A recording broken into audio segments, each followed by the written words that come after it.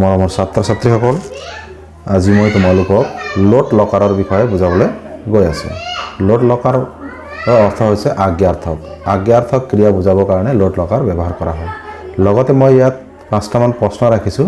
এই ধৰণৰ প্ৰশ্ন তোমালোকৰ মেট্ৰিক পৰীক্ষাত সোধে যে ই লোট হি 2019 চনত দিছিলে, ক্ৰি লোট হি 2020 চনত, পথ লোট আৱ 2018 চনত, বিদ লোট হি 2016 চনত, পথ লোট হি 2013 চনত।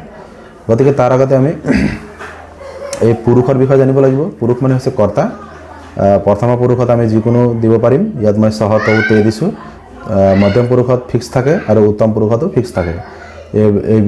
এওঁলোকৰ মধ্যম আৰু উত্তম পুৰুষৰ হ'ব তম, ইয়ম, ইয়ম, অহম, আৱম, বয়ম। ঠিক আছে। এইখিনি জনাৰ পিছত আমি আৰু এটা কথা জানিব লাগিব কি পৰস্মৈপদী ধাতুবিলাকৰ লোট লকাৰ তিং প্ৰত্যয়বিলাক কি কি হয়। তিং প্ৰত্যয় মানে যিটো ধাতুৰ পিছত যোগ হয়। প্ৰশ্নটোত যি ধৰণে দিছিলে যেনেকৈ হি, আৱ, অন্তু এই ধৰণৰ এইবিলাক বস্তু কি কি। প্ৰথম পুৰুষৰ হ'ব তু, তাম, অন্তু, হি, তম, ত, আনি, আৱ, আম। তাৰপিছত এইবিলাক বস্তু যদি আমি পৰ ধাতুত লগাই দিম, পৰ ধাতুৰ ৰূপটো এই ধৰণে হৈ যায়। কি ধৰণে হ'ব। প্ৰথম পুৰুষত হ'ব পঠতু, পঠতাম, পঠন্তু, পঠ, পঠতম, পঠত, পঠানি, পঠাব, পঠাম। ঠিক আছে। এই দুটা বস্তু যদি আমি জানি লওঁ তেতিয়া আমি যিকোনো লোট লকাৰ আমি সমাধান কৰিব পাৰিম। মই এতিয়া নেক্সটত আহোঁ। এই পদ ধাতুৰ পৰা আমি বাক্য কেনেকৈ বনাব পাৰিম।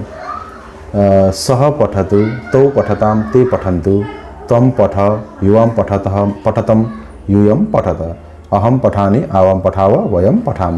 এই ধৰণে আমি প্ৰত্যেকতে বেলেগ বেলেগ পুৰুষ ব্যৱহাৰ কৰি বেলেগ বেলেগ বচনত এই ধৰণে কৰিব পাৰিম। ঠিক আছে। ইয়াৰ পিছত আমি যাওঁ এতিয়া ই লোট হি। ই লোট হি 2019 চনত প্ৰশ্নটো দিছিলে। গতিকে ই লোট হি, হি মানে কোনটো পুৰুষত আছিলে আমাৰ তিং প্ৰত্যয়ত যদি আমি চাবলৈ যাওঁ হিটো আছে মধ্যম পুৰুষৰ একবচনত। গতিকে ইয়াৰ উত্তৰটো আমি লিখিবলগীয়া হ'লে কি লিখিব লাগিব। মধ্যম পুৰুষৰ একবচনত ই হি যদি আমি লিখি দিম তেতিয়া উত্তৰটো শুদ্ধ হ'ব। ঠিক আছে। ইয়াৰ ই ধাতুৰ লোট লকাৰৰ ৰূপবিলাক এই ধৰণে হ'ব। এতু, ইতাম, ইয়ন্তু, ইহি, ইতম, ইত, অয়ানি, অয়াৱ, অয়াম। ঠিক আছে।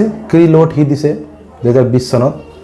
ক্ৰি ধাতুৰ হি লগাব লাগিব। এইটো মানে হি মানে হৈছে মধ্যম পুৰুষৰ একবচন। গতিকে কুৰু আমি যদি উত্তৰটো লিখি দিম হৈ যাব। আৰু ক্ৰি ধাতুৰ ৰূপবিলাক লোট লকাৰত এই ধৰণে দিয়া হৈছে। কৰোতু, কুৰুতাম, কুৰুৱন্তু, কুৰু, কুৰুতম, কুৰুতা, কৰৱাণী, কৰৱাৱ, কৰৱাম। ঠিক আছে। পদ ধাতুৰ আৱ দিছে আৰু হি দিছে। এইটো আমি আলোচনা কৰিলোঁ। এতিয়া বিদ ধাতু হি 2016 চনত দিয়া হৈছিলে। গতিকে ইয়াৰ কি হ'ব। হি দিলে মধ্যম পুৰুষৰ একবচনত হয় বুলি আমি জানি ল'ব লাগিব। গতিকে মধ্যম পুৰুষৰ একবচনত কি হ'ব।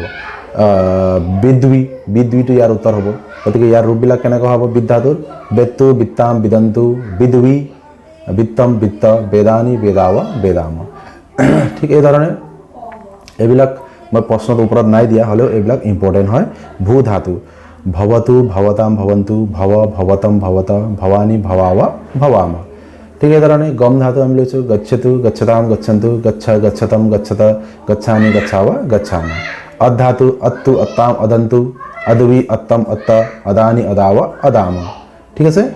সেইধৰণে অস্তু, স্তাম, অস ধাতু যদি আমি লওঁ অস্তু, স্তাম, সন্তু, এধি, স্তম, স্ত, অসানি, অসাৱ, অসাম। যদি আমি লওঁ সক ধাতু শক্নোতু, শক্নুতাম, শক্নুবন্তু, শক্নুহি, শক্নুতম, শক্নুত, শক্নৱানি, শক্নৱাৱ, শক্নৱাম।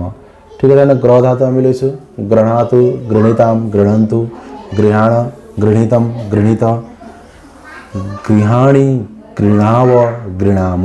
ঠিক আছে। এইবিলাক হৈছে পৰস্মৈপদী ধাতুৰ লোট লকাৰৰ ৰূপবিলাক যিটো আমাক চিলেবাছৰ যিবিলাক ধাতু আমাক চাবলৈ কৈছে সেই ধাতুবিলাক ইয়াত সম্পূৰ্ণকৈ দিয়া হৈছে। আৰু ইয়াৰ আত্মনেপদী লোট লকাৰৰ প্ৰশ্নটো এতিয়ালৈকে মেট্ৰিকত দিয়া নাই।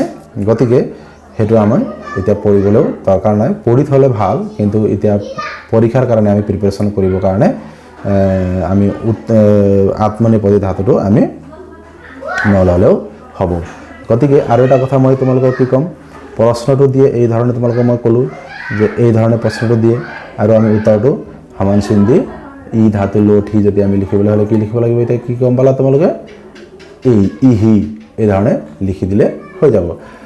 আৰু যদি আজ্ঞাৰ্থক বাক্যবিলাক তোমালোকক পৰীক্ষাত যদি লিখিবলৈ দিয়ে তোমালোকে এই ধৰণে লিখিব লাগিব যে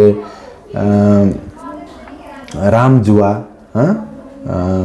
তুমি আহা আপুনি পঢ়ক আপুনি খাওক আপুনি যাওক এই ধৰণে যদি আমি ব্যৱহাৰ কৰিবলৈ হ'লে আমি কি কৰিব লাগিব লোট লকাৰ ব্যৱহাৰ কৰিব লাগিব হেতুত আমি পুৰুষটো চাব লাগিব কোনটো পুৰুষত আছে আৰু সেই ধৰণে আমি ধাতুত সেই তিন প্ৰত্যয়বিলাক লগাই পেলাই ট্ৰান্সলেচনখিনি আমি কৰিব পাৰিম গতিকে ঠিক আছে মই ইমানতে সামৰণি মাৰিছোঁ আৰু ইয়াৰ নেক্সট ক্লাছটো হ'ব লিট লকাৰৰ বিষয়ত ঠিক আছে ধন্যবাদ